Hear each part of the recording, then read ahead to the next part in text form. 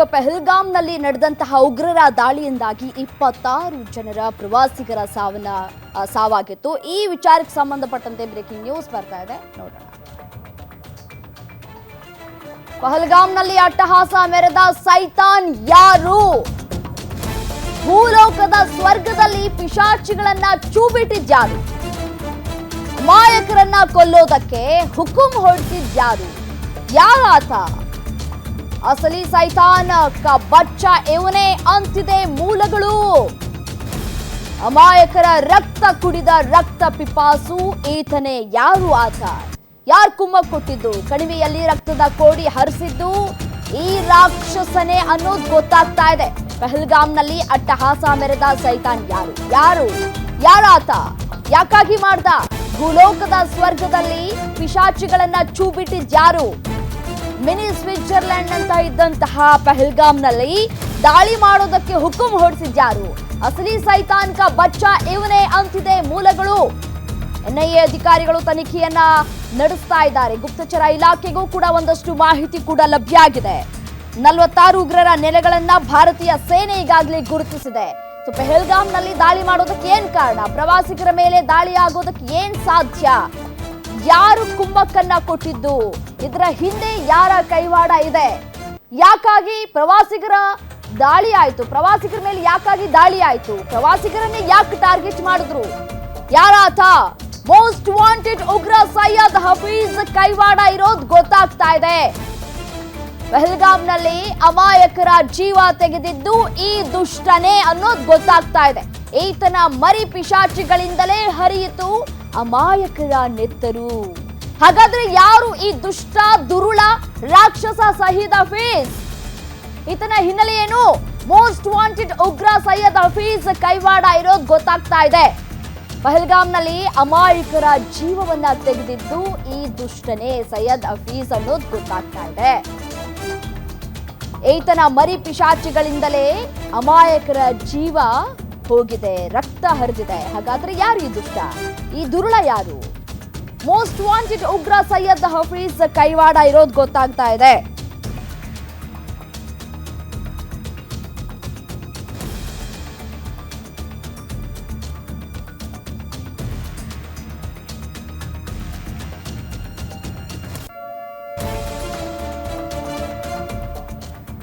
ಯಾಕಾಗಿ ದಾಳಿ ಆಯಿತು? ಪಹಲ್ಗಾಮ್ನಲ್ಲಿ ಉಗ್ರರು ದಾಳಿ ಯಾಕೆ ಮಾಡಿದ್ರು? ಅದನ್ನು ಪ್ರವಾಸಿಗರನ್ನ ಟಾರ್ಗೆಟ್ ಮಾಡಿ ದಾಳಿ ಮಾಡುವಂತಹ ಕೃತ್ಯಕ್ಕೆ ಕೈ ಹಾಕಿದ್ದು ಈತನೇ ಅನ್ನೋದು ಗೊತ್ತಾಗ್ತಾ ಇದೆ. ದಾಳಿ ಷಡ್ಯಂತ್ರ ಸಯ್ಯದ್ ಹಫೀಜ್ ಅನ್ನೋದು ಗೊತ್ತಾಗ್ತಾ ಇದೆ. ತನಿಖೆಯಲ್ಲಿ ಗೊತ್ತಾಗ್ತಾ ಇದೆ ಈತನೇ ಈ ಒಂದು ದಾಳಿಯ ಮಾಸ್ಟರ್ ಮೈಂಡ್ ಅಂತ ಹೇಳಿ ಗೊತ್ತಾಗ್ತಾ ಇದೆ. ಈತ ಮೋಸ್ಟ್ ವಾಂಟೆಡ್ ಉಗ್ರ ಅನ್ನೋದು ಗೊತ್ತಿರುವಂತಹ ವಿಚಾರ. ಈತನನ್ನ ಹುಡುಕಾಟ ಕೂಡ ನಡೆಸಲಾಗ್ತಾ ಇತ್ತು. ಮೋಸ್ಟ್ ವಾಂಟೆಡ್ ಕ್ರಿಮಿನಲ್ ಅಂತಂದ್ರೆ ಸುಮ್ಮನೆ ಬಿಡುವಂತಹ ಸಾಧ್ಯತೆನೇ ಇಲ್ಲ.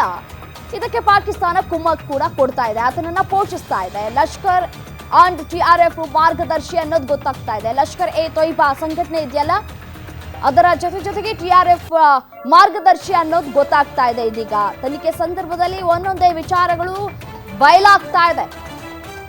ಈತ ಮಾಡಿದಂತಹ ಕೃತ್ಯಗಳು, ದಾಳಿಯ REG ಪ್ರಿಂಟ್ ತಯಾರಿಸಿದ್ದು ಈತನೇ ಮಾಸ್ಟರ್ ಮೈಂಡ್. ಯಾವ ರೀತಿಯಾಗಿ ದಾಳಿ ಮಾಡಬೇಕು ಅಂತ ಬ್ಲೂ ಪ್ರಿಂಟ್ ರೆಡಿ ಮಾಡಿದ್ದು ಈತನೇ ಅನ್ನೋದು ಗೊತ್ತಾಗ್ತಾ ಇದೆ. ಎಲ್ಲಾ ಉಗ್ರ ಸಂಘಟನೆಗಳ ಜೊತೆ ಕೂಡ ನಂಟನ್ನ ಈತ ಇಟ್ಕೊಂಡಿದ್ದಾನೆ ಅನ್ನೋದು ಗೊತ್ತಾಗ್ತಾ ಇದೆ.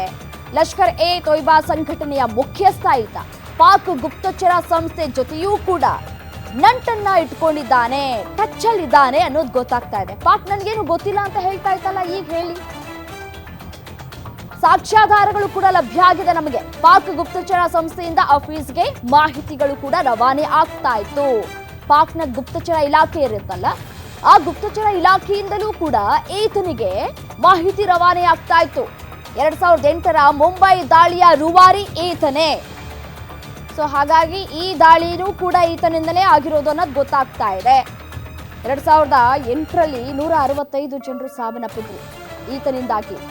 ಈಗ 26 ಜನರು ಸಾವನ್ನಪ್ಪಿದ್ದಾರೆ.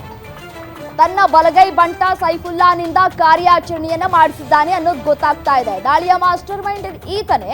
ಆದ್ರೆ ಸೈಫುಲ್ಲಾನಿಂದ ಕಾಶ್ಮೀರದ ಯುವಕರ ಬ್ರೈನ್ ವಾಶ್ ಈತನೇ ಮಾಡಿಸಿದ್ದಾನೆ ಅನ್ನೋದು ಗೊತ್ತಾಗ್ತಾ ಇದೆ. ಇನ್ನು ಬ್ರೈನ್ ವಾಶ್ ಮಾಡುವಂತಹ ಸಂದರ್ಭದಲ್ಲಿ ಯುವಕರು ಗೊತ್ತಿಲ್ವಾ ನಾವು ಮಾಡ್ತಾ ಇರೋ ತಪ್ಪು ಅಂತ? ಸಾಧ್ಯನೇ ಇಲ್ಲ. ಯಾಕಂತಂದ್ರೆ ಅವರಿಗೆ ಬೇಕಾದಂತಹ ಒಂದಷ್ಟು ದುಡ್ಡು, ಹಣಕಾಸಿನ ವ್ಯವಸ್ಥೆ, ಮತ್ತೆ ಊಟ, ಅವರ ಫ್ಯಾಮಿಲಿ ನೋಡ್ಕೊಳ್ಳೋದು, ಇದೆಲ್ಲವೂ ಕೂಡ ನಾವು ಮಾಡ್ತೀವಿ ಅಂತ ಹೇಳಿ ಈ ರೀತಿಯಾದಂತಹ ಘಟನೆಗೆ, ಅಂದ್ರೆ ಈ ರೀತಿಯಾಗಿ ಉಗ್ರರ ದಾಳಿಗೆ ಮೈಂಡ್ ವಾಶ್ ಮಾಡ್ತಾರೆ. 2024ರಲ್ಲಿ TRF ಕಮಾಂಡರ್ ಜುನೈದ್ ಹತ್ಯೆ ಕೂಡ ಆಗಿದೆ. ಎಲ್ಲದಕ್ಕೂ ಈತನೇ ಮಾಸ್ಟರ್ ಮೈಂಡ್ ಅನ್ನೋದು ಗೊತ್ತಾಗ್ತಾ ಇದೆ. ದಾಳಿ ಷಡ್ಯಂತ್ರ ಸೈಯದ್ ಹಫೀಜ್, ಈ ದಾಳಿ ಆಗೋದಕ್ಕೆ ಈತನೇ ಮೇನ್ ರೀಸನ್. ಲಷ್ಕರ್ ಎ ತೊಯ್ಬಾದ ಮುಖ್ಯಸ್ಥ, ಸಂಘಟನೆಯ ಮುಖ್ಯಸ್ಥ, TRFನ ಈತನೇ ಹ್ಯಾಂಡಲ್ ಮಾಡ್ತಾ ಇದ್ದಾನೆ ಅನ್ನೋದು ಗೊತ್ತಾಗ್ತಾ ಇದೆ. TRF ಮೂಲಕ ಪ್ರವಾಸಿಗರ ಮೇಲೆ ದಾಳಿ ಮಾಡೋದಕ್ಕೆ ಅಂತ ಹೇಳಿ ಒಂದಷ್ಟು ಬ್ಲೂ ಪ್ರಿಂಟ್ ಅನ್ನ ಕೂಡ ಈತ ತಯಾರು ಮಾಡಿದ್ದಾನೆ ಅನ್ನೋದು ಸಾಕ್ಷ್ಯಾಧಾರಗಳ ಮೂಲಕ ಮಾಹಿತಿ ಲಭ್ಯ ಆಗಿದೆ. ನಮ್ಮ ಭಾರತದ ಗುಪ್ತಚರ ಇಲಾಖೆಗೆ ಈತ ಬ್ಲೂ ಪ್ರಿಂಟ್ ರೆಡಿ ಮಾಡಿದ್ದ. TRF ಮೂಲಕ, ಆ ಒಂದು ಸಂಘಟನೆಯ ಮೂಲಕ ಯಾವ ರೀತಿಯಾಗಿ ದಾಳಿ ಆಗಬೇಕು, ಯಾವ ಒಂದು ಪ್ರದೇಶವನ್ನ ಗುರಿಯಾಗಿ ಇಟ್ಕೊಂಡು ದಾಳಿ ಮಾಡಬೇಕು, ಪಹಲ್ಗಾಮೆ ಯಾಕೆ, ಅಲ್ಲಿ ಸಾಕಷ್ಟು ಪ್ರವಾಸಿಗರು ಆಗಮಿಸಿರ್ತಾರೆ, ಅದು ಕೂಡ ಭಾರತದಿಂದ ಆಗಮಿಸಿರ್ತಾರೆ. ಭಾರತ ಕಾಶ್ಮೀರ ಏನು ಜಮ್ಮು ಮತ್ತು ಕಾಶ್ಮೀರದ ಒಂದು ಅವಿಭಾಜ್ಯ ಅಂಗ ಆಗಿದೆ. ಸೊ ಅದನ್ನ ತನ್ನ ವಶಕ್ಕೆ ಪಡೆದುಕೊಳ್ಬೇಕು, ಭಾರತ ಹಿಡಿತವನ್ನ ಸಾಧಿಸಬಾರದು ಜಮ್ಮು ಕಾಶ್ಮೀರದಲ್ಲಿ ಅನ್ನುವಂತಹ ನಿಟ್ಟಿನಲ್ಲಿ ಒಂದಷ್ಟು ತಯಾರಿಗಳನ್ನ ಕೂಡ ಈತ ಮಾಡ್ಕೊಂಡಿದ್ದ ಅನ್ನೋದು ಗೊತ್ತಾಗ್ತಾ ಇದೆ. ಆರ್ಟಿಕಲ್ 370 ರದ್ದಾಗಬೇಕು, ರದ್ದು ನಾವು ಮಾಡಿದ್ದಕ್ಕಾಗಿ ಅದನ್ನ ರದ್ದು ಮಾಡಬಾರ್ದು ಅನ್ನುವಂತಹ ನಿಟ್ಟಿನಲ್ಲಿ ಒಂದಷ್ಟು ಕ್ರಿಮಿನಲ್ ಆಕ್ಟಿವಿಟೀಸ್ಗಳು ಕೂಡ ಆಗಿತ್ತು. ಬಟ್ ಆದ್ರೆ ಅದಕ್ಕೆ ನಮ್ಮ ಭಾರತೀಯ ಸೇನೆ ಅನುವು ಮಾಡಿಕೊಡ್ಲಿಲ್ಲ, ಎಲ್ಲದಕ್ಕೂ ಕೂಡ ಕಡಿವಾಣ ಹಾಕೊಳ್ತಾ ಬಂತು. ಸೊ ಹಾಗಾಗಿ ಪಹಲ್ಗಾಮ್ನ ಗುರಿಯಾಗಿ ಇಟ್ಕೊಂಡು ಪಹಲ್ಗಾಮ್ಗೆ ಪ್ರವಾಸಿಗರು ಬರ್ತಾರೆ, ಭಾರತೀಯ ಪ್ರವಾಸಿಗರು ಇಲ್ಲಿಗೆ ಬರ್ತಾರೆ, ಅತಿ ಹೆಚ್ಚು ಸಂಖ್ಯೆಯಲ್ಲಿ ಬರ್ತಾರೆ ಅಂತ ಹೇಳಿ ಕಾದು ನೋಡಿ ಬಹಳ ದಿನಗಳಿಂದಲೂ ಕೂಡ ಬ್ಲೂ ಪ್ರಿಂಟ್ ರೆಡಿ ಮಾಡಿಕೊಂಡು ಪ್ರವಾಸಿಗರನ್ನ ಗುರಿಯಾಗಿಟ್ಕೊಂಡು 26 ಪ್ರವಾಸಿಗರ ಜೀವ ಹೋಗಿದೆ, ರಕ್ತ ಹರಿದಿದೆ. ಇದೀಗ ಪ್ರತೀಕಾರವನ್ನ ತೀರಿಸಿಕೊಳ್ಬೇಕಾಗಿದೆ. ಸೊ ಹಾಗಾಗಿ ಇವತ್ತು 4 ಸುತ್ತಿನ ಸಭೆಯನ್ನ ಕೂಡ ಪ್ರಧಾನಿ ನರೇಂದ್ರ ಮೋದಿ ಅವರ ನೇತೃತ್ವದಲ್ಲಿ ನಡೆಸಲಾಗ್ತಾ ಇದೆ.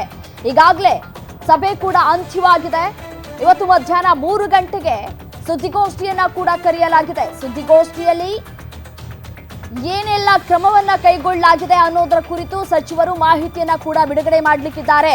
ಈಗಾಗಲೇ ಪಾಕಿಸ್ತಾನ ಬರ್ಬಾದ್ ಆಗೋಗ್ಬಿಟ್ಟಿದೆ, ತಿನ್ನೋದಕ್ಕೂ ಅನ್ನ ಕೂಡ ಸಿಗ್ತಾ ಇಲ್ಲ, ಅಲ್ಲಿನ ಜನತೆಗೆ ಸರಿಯಾದಂತಹ ಸಮಯಕ್ಕೆ ಊಟ ಸಿಗ್ತಾ ಇಲ್ಲ, ಪ್ರತಿಯೊಂದರ ದರದಲ್ಲೂ ಕೂಡ ಏರಿಕೆಯಾಗಿದೆ.